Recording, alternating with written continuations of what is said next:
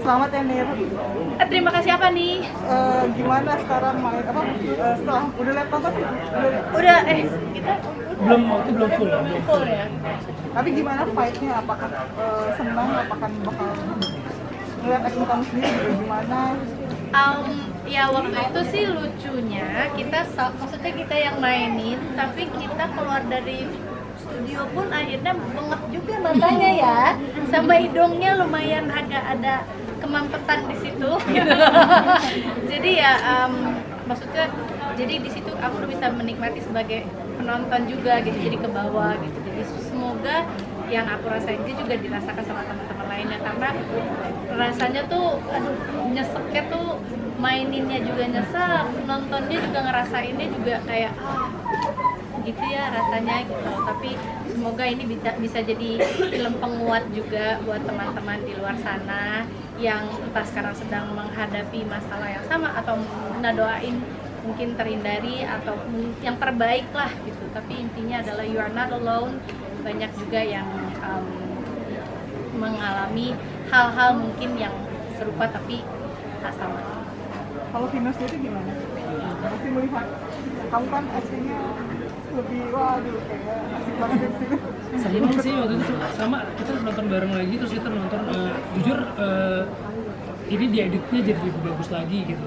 Aku nggak nyangka hasilnya, walaupun film ini nggak memaksa orang tuh harus ayo nangis gitu, harus dijejelin dengan adegan-adegan sedih, tapi justru itu yang membuat kita jadi berpikir gitu.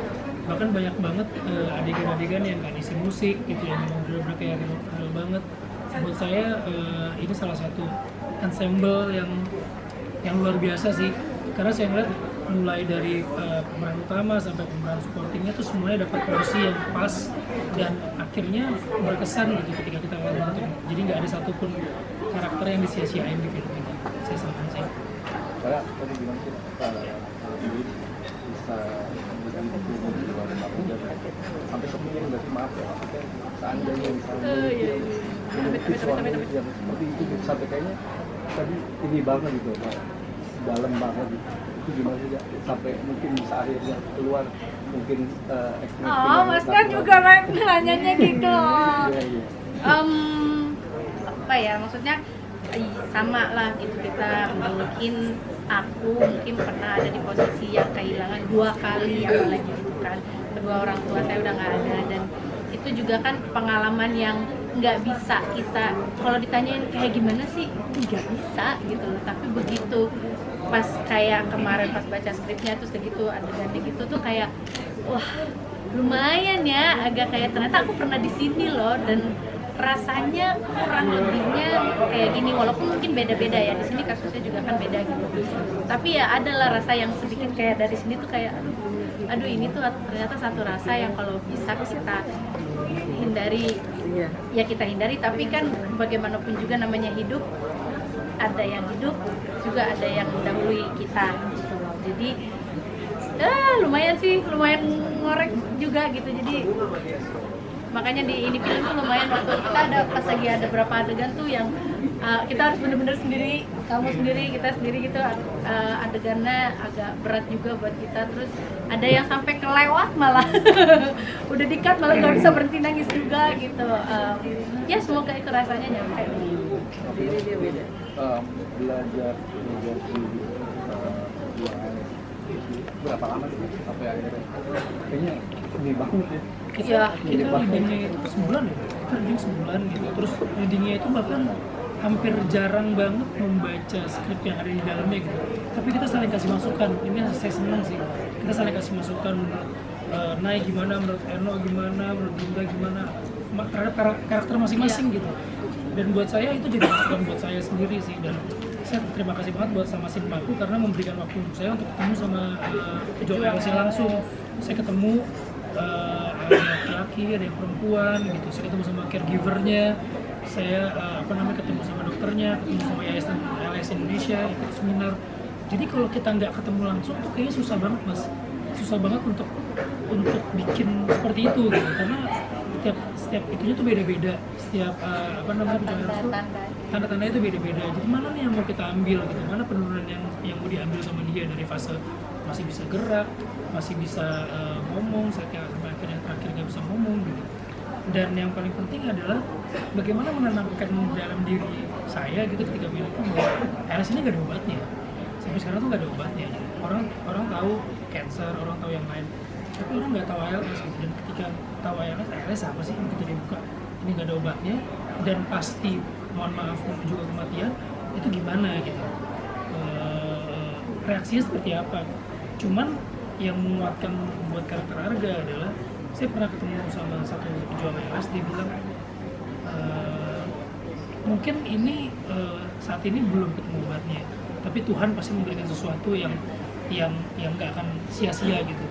Pasti akan ada sesuatu di balik ALS ini yang tidak ada obatnya, atau mungkin nanti akan ditemukan obat yang lebih besar. Tapi Tuhan punya cerita indah untuk para pejuang ALS ini, dan itu membuat saya jadi di level ketika sudah bisa diterima keluarganya, harapan-harapan itu yang saya dengar langsung dari mereka saya keluarin di film ini. Jadi bukan cuma menjual sakitnya, tapi ada harapan gitu loh. Itu sih yang ketika orang keluar nonton jadi sedih, tapi ada harapan gitu untuk mereka semua. Untuk Vino kayak gesture itu apa dilakukan workshopnya atau latihannya seperti apa sih, kan untuk kayak apa itu kan agak sulit ya bisa jadi tiba-tiba. Saya harus lihat langsung orangnya gitu. Jadi ada satu apa namanya pejuang ALS-nya, ada Pak Kurniawan juga namanya, dan sekarang orangnya udah almarhum. Jadi waktu kita pertama kali riset tentang dia masih datang gitu sampai film ini selesai, dia nggak sempat nonton filmnya gitu.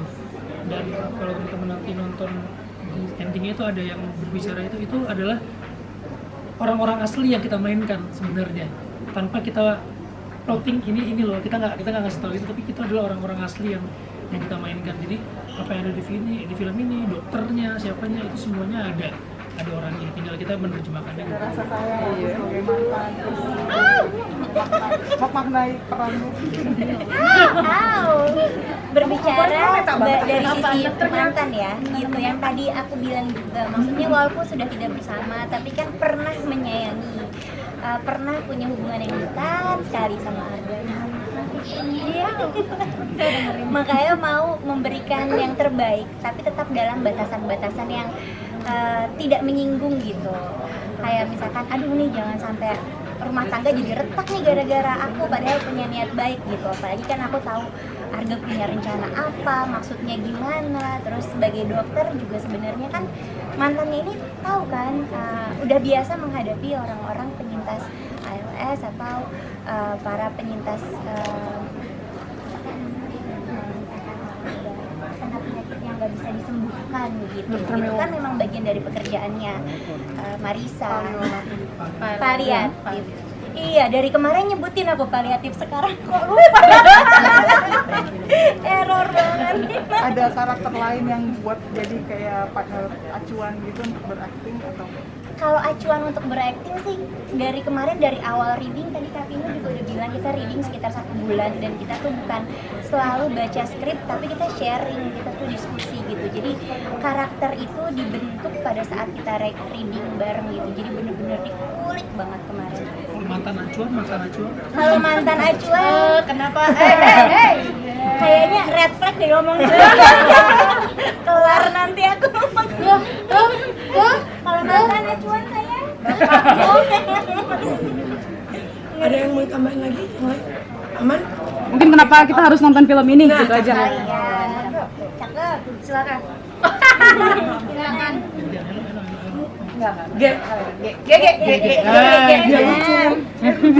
Kenapa? Harus lucu ya, Ge. Karena kami ingin kalian menangis. Menangis dan lihat film enggak? Karena kalau misalkan menurutku, sekarang banyak banget orang-orang yang bertanya-tanya bagaimana perfilman Indonesia. Banyak yang bilang film Indonesia horor, pelakor, gitu-gitu aja. Ini kami memberikan sebuah opsi yang berbeda. Opsi yang berbedanya itu ya kami memberikan empati. Ketika kalian nonton film ini, apakah perasaan kalian ketika keluar itu kesal atau kalian berempati? Sesimpel ketika kalian keluar itu kalian berempati melihat bagaimana ya Hanggini sama Nala, kehidupan bagaimana ya tentang. Nah itu dia yang kami tawarkan. Kami ingin membawa di tahun ini orang-orang untuk kembali berempati, untuk kembali mengingat kembali orang-orang yang mereka kehilangan, karena kan hidup itu kan lengkap ketika kita sudah kehilangan orang yang kita sayang. Jadi kami ingin mengingat kembali, dan kami ingin memberitahu bahwa hidup itu singkat, dan itu membuat indah, karena kata I love you hari ini bisa berarti kata terakhir di hidup orang ini. Jadi silakan tonton filmnya dan jadilah orang yang berempati terhadap keluarga kalian.